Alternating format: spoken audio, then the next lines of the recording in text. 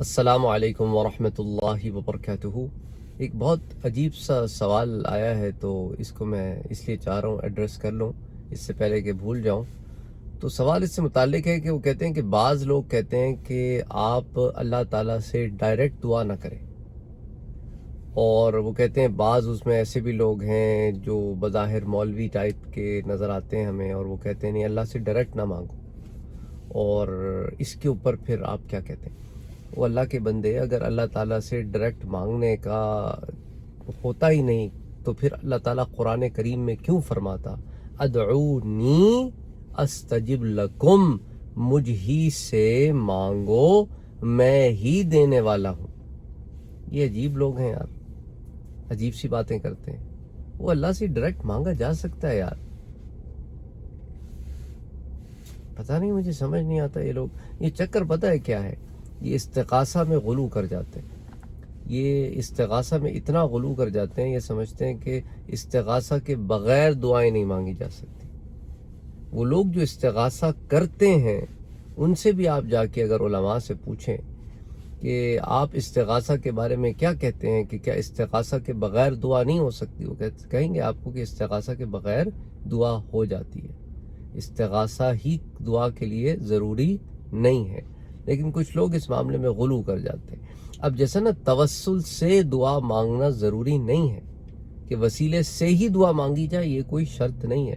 بغیر وسیلے کے بھی دعا ہو جاتی ہے، بغیر استغاثے کے بھی دعا ہو جاتی ہے۔ پھر دعا اللہ سے مانگنی ہے۔ یاد رکھنا ایک بات، موٹی سی بات یاد رکھو، دعا کس سے مانگنی ہے؟ اللہ سے۔ مدد کون کرتا ہے؟ اللہ۔ اللہ کے حکم سے ہی مدد ہوتی ہے۔ اگر کوئی غیر بھی مدد کرتا ہے تو اللہ کی مرضی، اللہ کے منشا، اللہ کے حکم سے مدد ہوتی ہے۔ تو یہ ایک چھوٹی سی بات ہے، کوئی زیادہ مشکل بات تو ہے نہیں نا۔ نماز میں بھی آپ کیا پڑھتے ہو؟ ایاک نعبد و ایاک نستعین، تیری ہی عبادت کرتے ہیں اور تجھ ہی سے مدد چاہتے ہیں۔ جب ہی کا لفظ آ گیا تو پھر کیا ہوا؟ غیر سے کٹ گئے نا آپ۔ اب دنیاوی معاملات میں اللہ تعالیٰ نے خود اجازت دی ہے ایک دوسرے کی مدد کی، بلکہ اللہ تعالیٰ کے پیارے نبی صلی اللہ علیہ وآلہ وسلم کی نے ایک روایت آتی ہے جس کا مفہوم میں آپ سے بیان کر دیتا ہوں، کہ اللہ تعالیٰ کی بعض مخلوق اللہ نے پیدا اسی لیے فرمائی ہے کہ لوگوں کی حاجتیں پوری کریں۔ لوگوں کی حاجتیں پوری کرنے کے لیے اللہ نے انہیں پیدا فرمایا ہے، اور یہ وہی لوگ ہیں کہ جب ان کے پاس لوگ دوڑے چلے، اور لوگوں کو پتہ ہے کہ ان کے پاس جائیں گے تو اللہ کے حکم سے کام ہو جائے گا، حکم اللہ کا ہوگا، مرضی اللہ کی ہوگی، وسائل اللہ ان کے ذریعے سے آپ تک پہنچاتا ہے۔ تو اس لیے یہ اس طرح کی باتوں میں عجیب سی بندشیں لگانا، I don't know، یہ وہی کر سکتا ہے جس کے پاس صحیح معنوں میں علم نہ پہنچا، جو اس طرح کے قید و بند لگاتا ہے۔ اور کبھی یہ نہ سمجھنا کہ میں بہت گناہ گار ہوں، اپنے رب سے نہیں مانگ سکتا، یہ بھی شیطانی وسوسہ ہے۔ جو اس طرح کی باتیں آپ کو کرتا ہے نا، وہ غلط ہے۔ بہت گناہ گار ہو نا، 2 رکعت نماز پڑھو، وضو کرو اچھی طریقے سے، 2 رکعت نفل نماز پڑھو توبہ کی نیت سے، اور اس کے بعد سلام پھیر کر درود شریف پڑھو، اپنے ہاتھ کو اپنے رب کے آگے بلند کرو اور اس سے معافی مانگو۔ یا اگر حاجت ہے تو نماز حاجت پڑھ لو، 2 رکعت نفل پڑھو اس نیت سے کہ نماز حاجت پڑھ رہا ہوں۔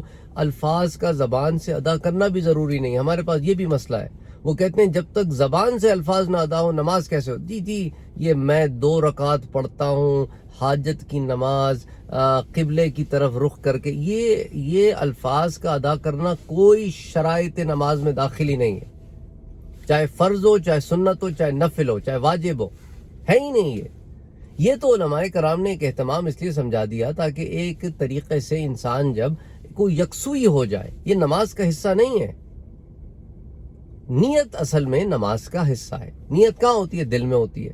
زبان سے ادا کرنا یا نہیں کرنے سے نیت پہ فرق نہیں پڑتا، تو نیت یہاں ہوتی ہے۔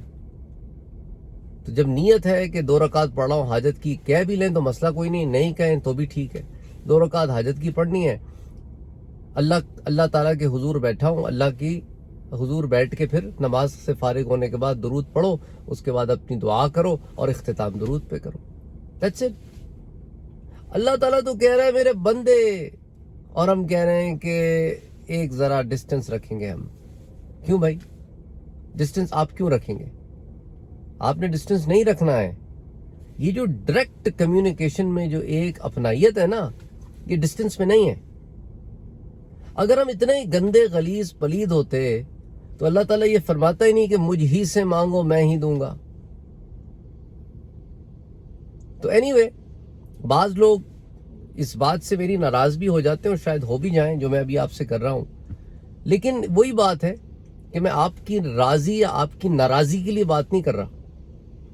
میں آپ کو راضی یا ناراضی کرنے کے لیے چینل نہیں چلا رہا.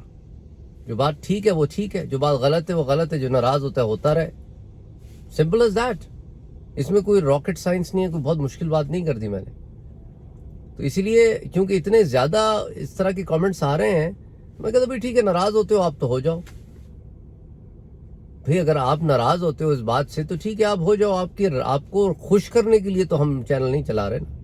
آپ کو خوش کرنے کے لیے تو ہم حق بات کو روک کے نہیں رکھیں گے. ٹھیک، مرضی ہے آپ کی. آپ جڑ کے رہنا چاہتے ہیں جڑ کے رہے، نہیں جڑ کے رہنا چاہتے ہیں مرضی آپ کی. Simple is that. میں بار بار اس کو اس لیے ریپیٹ کر رہا ہوں کیونکہ یہ بہت زیادہ پچھلے دنوں سے باتیں آ رہی ہیں میرے پاس.